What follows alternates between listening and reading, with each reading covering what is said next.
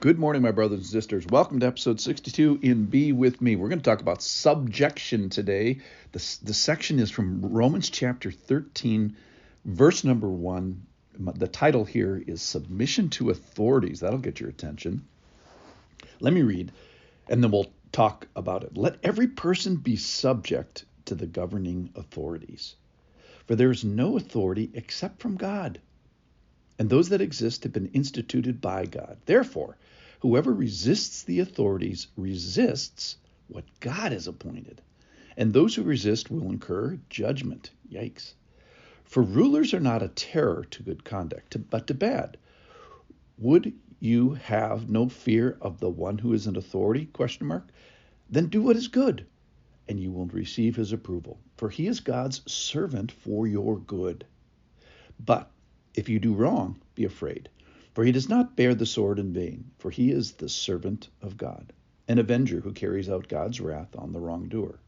Therefore, one must be in subjection, not only to avoid God's wrath, but also for the sake of conscience. For because of this you pay taxes, for the authorities are ministers of God, attending to this very thing. Pay to all what is owed them, taxes to whom taxes are owed, revenue to whom revenue is owed, respect to whom respect is owed, honor to whom honor is owed. All right, so the charge today in this passage is to be subject. Hupotasso is the Greek word. It means to submit, to be subject, to be under. It's a positional relationship where there is an arrangement where one positions himself and herself underneath the other. And it is in this context that the Lord has been working on our conduct. Remember in chapter 12, he says, I appeal to you, brothers, by the mercies of God, present your bodies, that is, present your conduct as a living sacrifice. Well, how does that happen?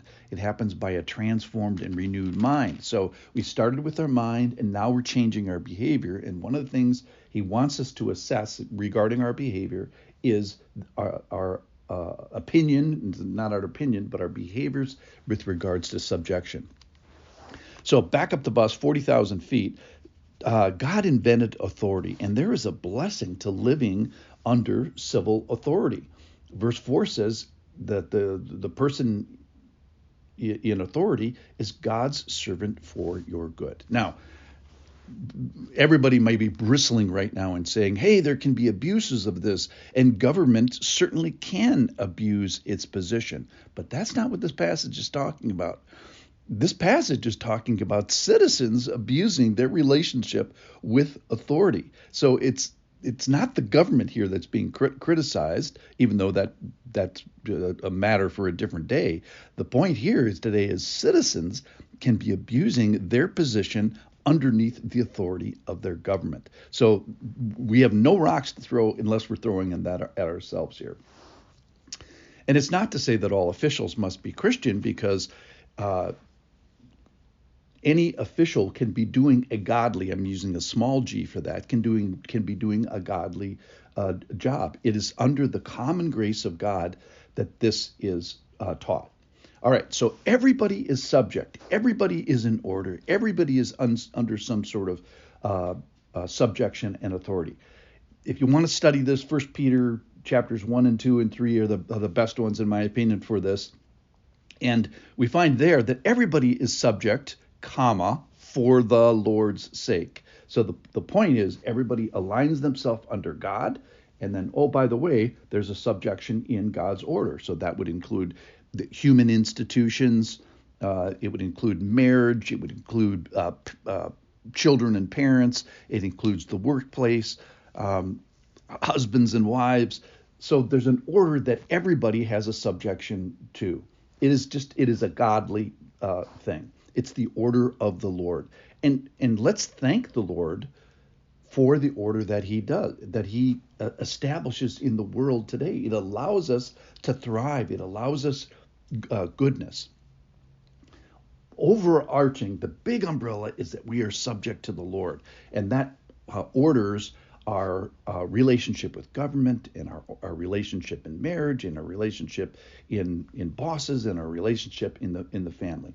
And it is under the context of our subjection to the Lord that government here today is understood. So God invented it.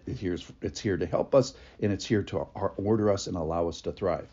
Now, the scary thing is verse 2. Resisting authority can frequently betray resisting the authority of God. So soberly here, we could be doing our authority wrong, and resisting it could incur the judgment of God. So think about your relationship to traffic laws and to taxes and to government and to election, and all these things can indicate a posture of rebellion and incur the judgment of God. And verse 3 says it can also indicate an approval. So let's be humble here. And this administration of government authority is God's, footprint or fingerprints on our world today. It's kind of like the junior version of the wrath on the wrongdoer is the authorities which have prisons and penalties and punishments. That is a junior version of God's wrath that we're going to see later. All right, so we subject ourselves, number one, to avoid wrath, but also for the sake of conscience. That is, it's a godly way to live, a transformed mind and a transformed behavior. So let us view this as really a holy exercise. And then the final thing here is it has to do with taxes. Oh my goodness, now we're talking about the money where the rubber meets the road. And so taxes flow out of the subjection to the government and subjection to the Lord. So I think a couple of concluding points. Number one is let's assess ourselves that God has given a moderate amount of scriptural real estate to teach this concept. And so we could approach this and say, hey, Lord, I could be wrong about this. I could be doing my subjection category wrongly. So I arrange myself under the Lord. I arrange myself under government, and I arrange myself even under taxes and honoring.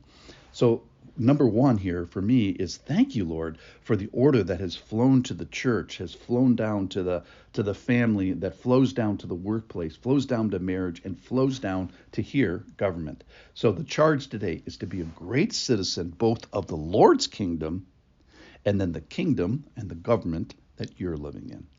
Thanks for listening.